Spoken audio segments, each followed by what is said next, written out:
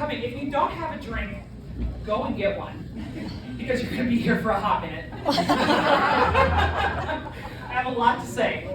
This is technically 13 pages, but in my defense. Double spaced. Yep. And really big letters because I'm getting old. So thank you everybody. Is it too loud, Will? Am I too loud like usual? Okay, thanks. So thanks everybody for coming today. I think there's a lot of people here that never even met my mom and dad that just wanted to be here for me. And thank you whoever raised their hand in the back. Appreciate you. Their friends were family to them, and so I hope that we all have a drink and have a good time this afternoon, because that is definitely what I want to do. You look like your dad, and you act like your mom. I heard that my entire life, and a child today walked up and said to this, "Is that a picture of you?" As a gawky middle schooler, I thought, cool, I look like a dude. But at some point in high school, one of my friends said to me, "It's so cool, you look like your dad, but you sound like your mom. It's like you're exactly half of each of them." Because that's how he sounded, no, played. And from that day forward, I kind of like that phrase a little bit better every time that I heard it. I've got to tell a few stories about my dad today that makes me proud. So I hope everyone's getting a drink, and we will get started here. And I'm going to start at the very beginning. Ted and Bertie. Ow! Like peanut butter and jelly. Rum and Coke. Beyonce and Jay-Z.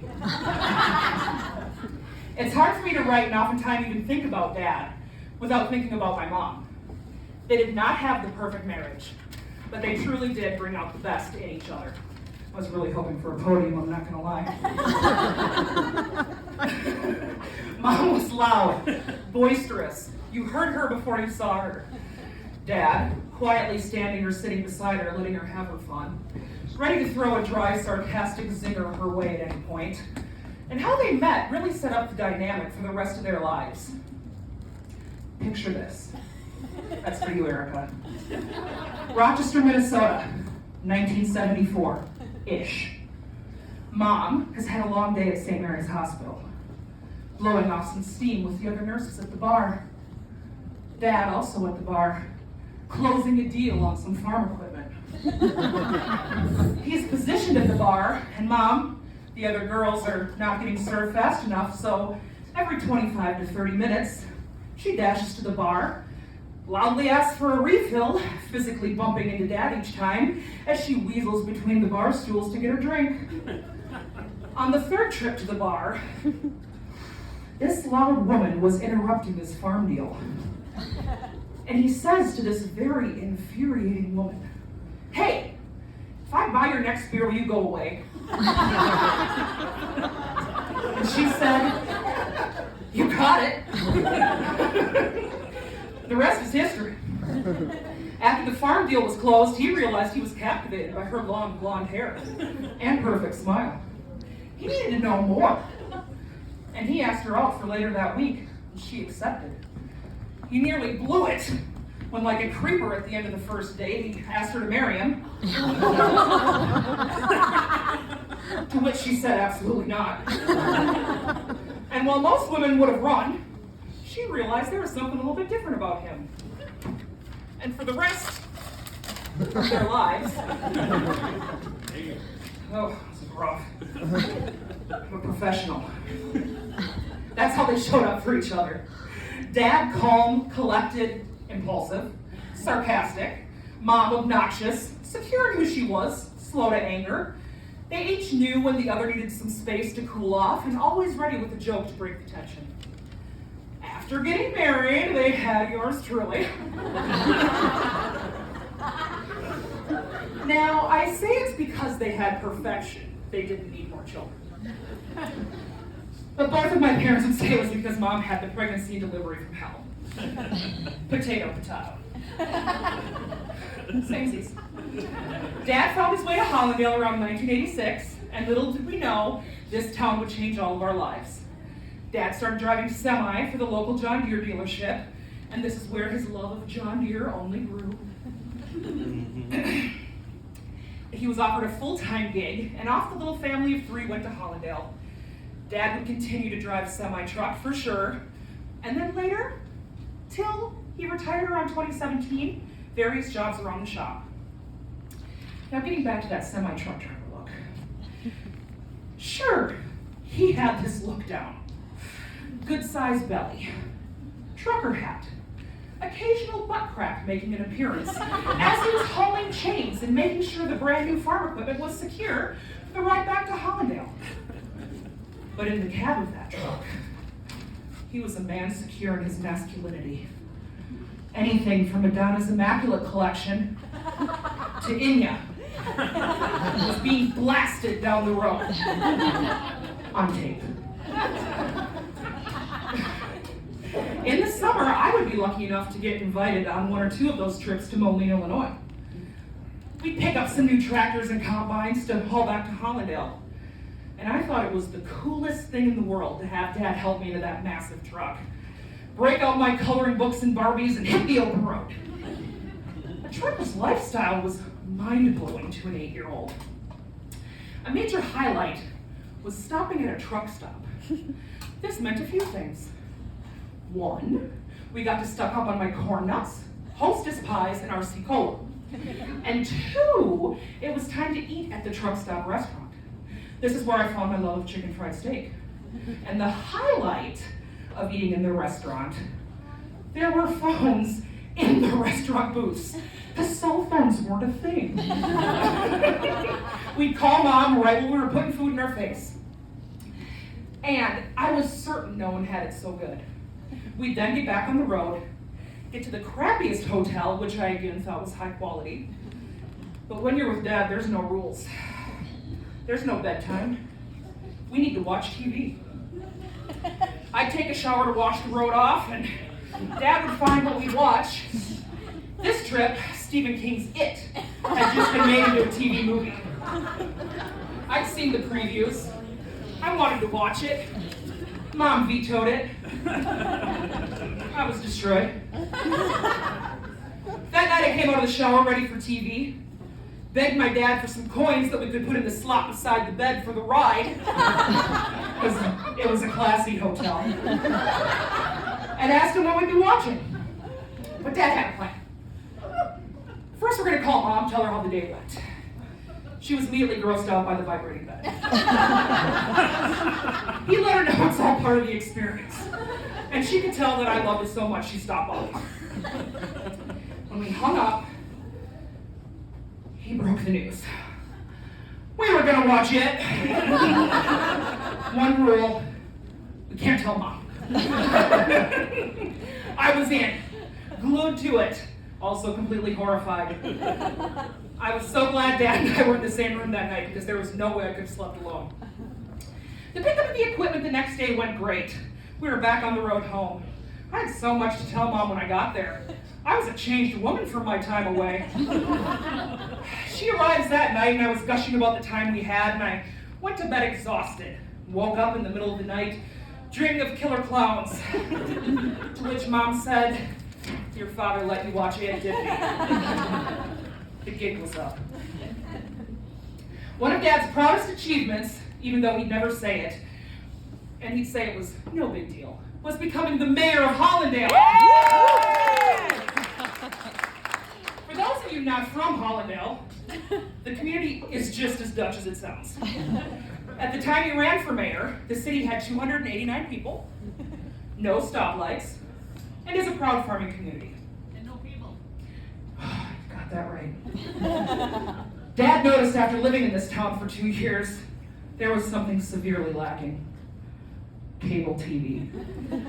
The year was 1988, and he was going to do something about this injustice. After taking his complaint to the city council, and the city council letting him know that kind of trash looked down upon this Dutch reform community, Dad had all he could take. He put his name on the ballot to run that very fall. He immediately got a connection with the local cable company that had been making no headway in the community. And while knocking door to door, shared he was running for mayor, slid that potential watch guy right in the door with it. I was there helping him. We went to every single house in Hollandale, which maybe 170 doors. But to my little 7-year-old legs, it was a ton of work. As I was starting to really get noisy about all the work I was doing and not getting paid for, Dad let me in on a secret. If I helped him go door to door, the cable company promised me free Disney Channel. I know. That was all I needed. The pep in my step was back. That fall, there was great talk in this community about the new guy running on a cable for all platform. Could he be what this community needed? Election day came and I could hardly sit still in school. I was on the verge of greatness. I could be the first daughter of Hollandale in 24 hours. How could I be expected to learn?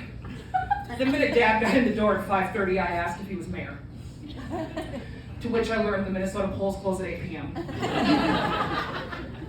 I wouldn't know until morning because 8 p.m. is my bedtime. So, at 8 o'clock, I was taking my sweet time, brushing my teeth, asking for another drink of water, and the phone rang. It was the city clerk. Dad had won by 87 votes. The town was going to get cable. I was going to get Disney Channel. The democratic process worked. I don't think he realized when he became mayor, he would stay mayor for 24 years. And over that time, he would see the city through highs and lows, losses and gains, and he had some projects he did for the community that were popular, and he also had someone drive by their house and shout, "Ted Radke sucks!" To which Dad chuckled to himself, because he knew no one else wanted the job. One of the saddest moments was in the early 2000s, when there was a massive flood, and for a few days there, it looked like a good part of the community was gonna go under. Dad was up for days getting people out of homes, working with various legislators in the state, and then, are you ready for this? Was interviewed on CNN as the mayor of this community that was experiencing this massive loss. I was so proud of him in those hard days. He was strong, he was focused, loyal to that community, and today make sure you swing by that table to look at the proclamation the state gave him after that. And from then on out, I referred to him as Ted, kind of a big deal Radke.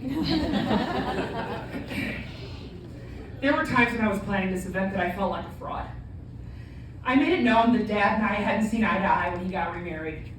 And the truth was, after Mom passed away, and after finding her the way he did, he was never the same. And who could be? When he married so quickly after meeting his second wife, I made my feelings known. He said things he didn't mean. I said things I didn't mean. Neither of us, no matter how many years of therapy came for me, could seem to get on the same page.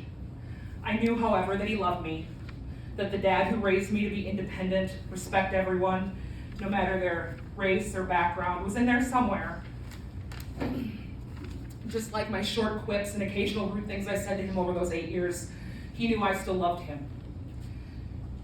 Last fall when I got to his hospice bed and he couldn't speak, we just looked at each other and I stared at his big hands. Hands that were so strong that held me up and would lift me to that semi. I looked at his weak arms that held me tight when I cried him begging to take me home from college after he just unpacked everything in 90-degree heat on a 90-degree day. Which he didn't. They're staying until Christmas at least. And I looked into his slate blue eyes and told him I was sorry for being such an ass. But that he was the best dad anyone could have ever had. That I knew that he and Mom gave me everything and that was never lost on me. And while he couldn't speak, I truly believe as one tear slipped down his cheek that he'd heard me. And I know we'll be together again. And I know he's with Mom. And I know that he forgives me for being a really big jerk. When I was struggling, thinking about what I wanted to say today, I was putting it off and I was putting it off. And I was binging Ted Lasso. Whichever one you watch. This is a show based on the importance of kindness and people feeling seen. Jason Sudeikis is coaching a soccer team, and after a game loss, he's talking to them afterwards, and he says, I promise you, there is something worse out there than being sad.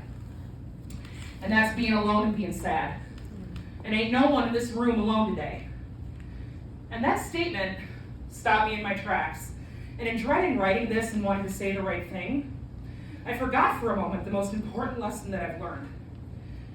After Mom died, and Dad got remarried, and our relationship got strained, in the 10 long days between Dad's fall and death, I was never once alone. I felt sad. I felt sad a lot of the time. But so many of you were there for me. And this party's for Ted. But he was able to pass peacefully because I told him I would be okay. I had friends that would lift me up. And I need to call them out today because they were all so crucial to me. And not only the nearly 12 years since Mom died, but most certainly this last year as well. So first of all, Mama D and Patty Cake. Lauren and her sister, I can't look at Lauren now. And her sister Megan, her family, and Scott, they have been there for me for every holiday for the last 9 years. Lauren and Meg, I can't look at you, Lauren. I hate you so much. Lauren and Meg are the sisters. Thank you for being there for me. Sisters I never knew I needed or wanted. And Mama D and Pat treat me like I'm one of their own kids. I have pseudo nephews thanks to them, and they bring me so much joy every single day. Thank you. I'm ready. Jen, what do you say to someone who knows you better than you know yourself? You have been there every bit of my life that has been good and bad since we were 12. You were next to me the day I said goodbye to Dad, and you held me up for those 10 days in September. Help me. Thank you. Dave, you have a dark and tainted soul.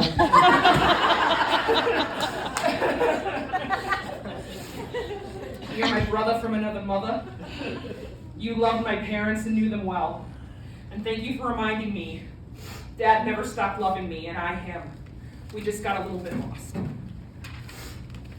The Edbergs. You've had me over for countless meals this year. And sometimes, even when I wasn't grieving, I just said I was.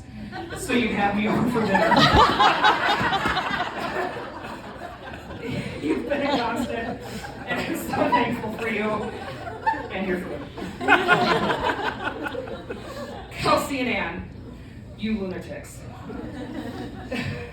You check in via text, or we make Ann cook for us. You see a theme here.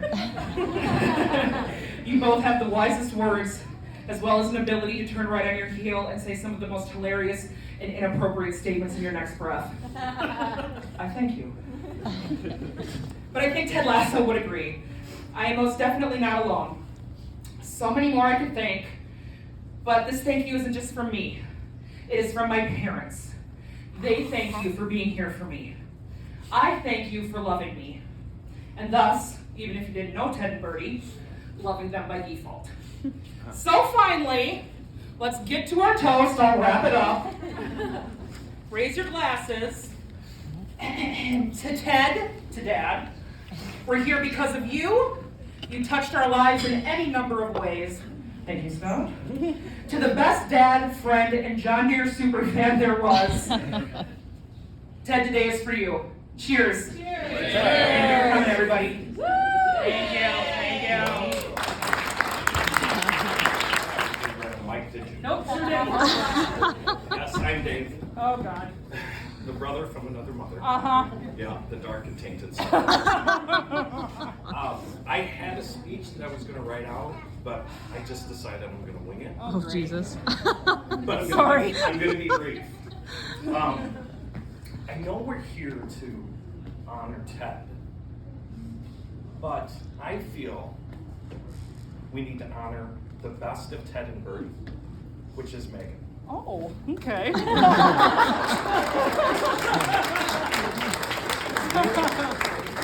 I will tell you as a longtime friend, I am in awe of you, and I think a lot of us are. What you've gone through is amazing, the way you handled it. And you are not alone. We are always here. And as strained as you thought your relationship was, it really wasn't. You guys were just lost for a little bit. And I just wanted to take a moment today to just recognize you. So if everyone could raise their glass. Okay. She doesn't like to be the center of attention. She's very shy. This was hard for me. This is really hard for her. You're out of your comfort zone. No. Anyways, to the best damn friend I've ever had, to Megan. Here.